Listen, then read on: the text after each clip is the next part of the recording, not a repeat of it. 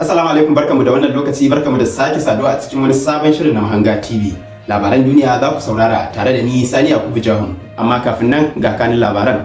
Tawagar Saudiya ta gana da sabon shugaban kasar Syria, sun shiga jerin masu zuwa Damascus tun bayan hamɓarar da gwamnatin Bashar al-Assad. A shekara ta 2012 ne dai Saudiya ta yanke hulɗa da gwamnatin Assad, amma a shekarar da ta gabata Riyadh ta maido da hulɗar da ke tsakanin kasashen biyu.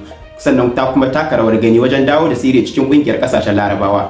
Kasar China ta ki bada haɗin kai a wani bincike da ke da alaka da katsewar igiyoyin tekun Baltic. Sweden dai ta ce Beijing ta ki amincewa da buƙatar gudanar da binciken. A watan Nuwamba ne dai aka yanke sassan igiyoyin sadarwa guda biyu da ke yankin ruwan Sweden. An tuhumi wani babban jirgin ƙasa na ruwa na China. Shugaban Amurka Joe Biden ya sassauta hukuncin kisan da aka yanke wasu fursunoni 37 cikin 40 da ke gidan gyaran hali na gwamnatin tarayya. Wannan na zuwa ne makonni kaɗan gabanin dawowar Donald Trump fadar White House. A lokacin wa'adin mulkinsa na farko, Donald Trump ya sa ido sosai akan allurar kashe mutane. Trump ya kuma yi maganar yanke hukuncin kisa ga duk bakin hauren da ke kashe Amurkawa. Ministan harkokin wajen India Jay Shankar zai ziyarci Amurka gobe. Wannan wata ziyara ce ta kwanaki 6.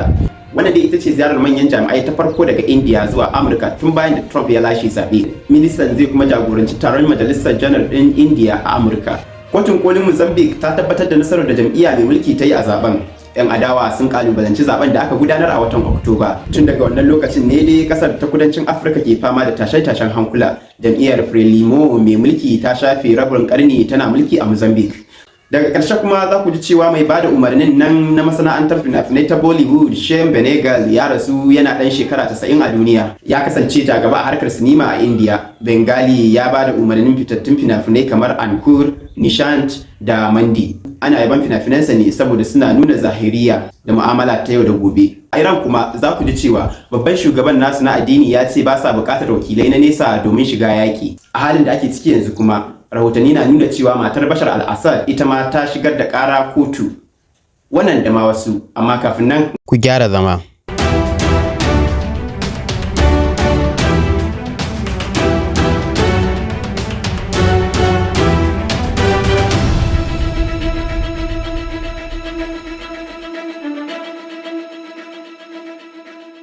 Wannan shekarar Kyiv ta kai hari cikin Rasha, ta ninka yawan harin da take kaiwa cikin biranen Rasha. Sannan 'yan kwanakin nan da suka gabata sun dasa bom a Moscow. 'Yan Ukraine dai sun kashe babban janar ɗin soji na Rasha a babban birnin Rasha. Kuma yanzu gine-ginen gidaje suna fuskantar har-haren bama-bamai ta sama. Kamar yadda na faɗa, wannan ya faru ne a Kazan. Yana ɗaya daga cikin biranen da suka fi arziki a Rasha. Yana da nisan kilomita 800 ta gabas da Moscow da kuma fiye da kilomita 1000 daga iyakar Ukraine. Don haka birnin Kazan na nesa da yankin da ake ta fama da rikice-rikicen yaƙi. Wataƙila shi yasa aka kai hari birnin saboda Ukraine tana so 'yan Rasha su ji cewa suna cikin yaƙi ta ko'ina. Kuma tabbas Vladimir Putin ya mayar da martani yayin da ya yi alƙawarin ramuwar gayya ga Ukraine. Ga abin da yake cewa. Ko suwaye kuma ko ta kakane suke ƙoƙarin yin barna ga Rasha, to za su ɗaiɗaice fiye da yadda suke ƙoƙarin yi a ƙasar mu. In ji Putin cikin wata sanarwa. Harin ya yi girma sosai da ba za a iya kau da kai ba. Ukraine ta harba jiragai marasa matuka har guda 7. 6 daga cikinsu sun nufi manyan gine-ginen gidaje, kuma na 7 ya fada cikin wata masana'anta. Kazan ta rufe filin jirgin saman nata. An ji karar fashe-fashe a ko'ina cikin birnin. Ku saurari waɗannan bayanan na shaidu. We smelled the smoke and went. Hayaki sai muka yi sauri muka sauka daga bene na 21 a kafa. Babu wutar lantarki kuma lifta ba ta aiki. Mun tashi da karfe 8:40 saboda karfin karar abin fashewar. Akwai karar abin fashewa ɗaya ko biyu sai muka tashi muka fara karanta labarai. Da farko mun ga cewa an farmaki ginin Azua Sky ne, daga bisani muka karanta cewa an kai farmaki kan titin Klyarzint. Kazan birni ne na Rasha inda aka gudanar da taron BRICS a watan Oktoban wannan shekarar, kuma yanzu jiragen sama marasa matuka na Ukraine suna kai hari birnin. Idan manufar ita ce haifar da firgici ga Rasha, to Ukraine ta yi nasara. Amma idan suna kokarin raunana sojojin Rasha ne ko kuma su dauke musu hankali, to haƙar su bata cimma ruwa ba. Domin yanzu Rasha ta ƙara ƙaimi sosai, tana kai munanan har-hare cikin Ukraine. Ta yi kirarin kama fiye da garuruwan Ukraine 190 a wannan shekarar, kuma yanzu sojojin Rasha sun samu ci gaba a gabashin ƙasar.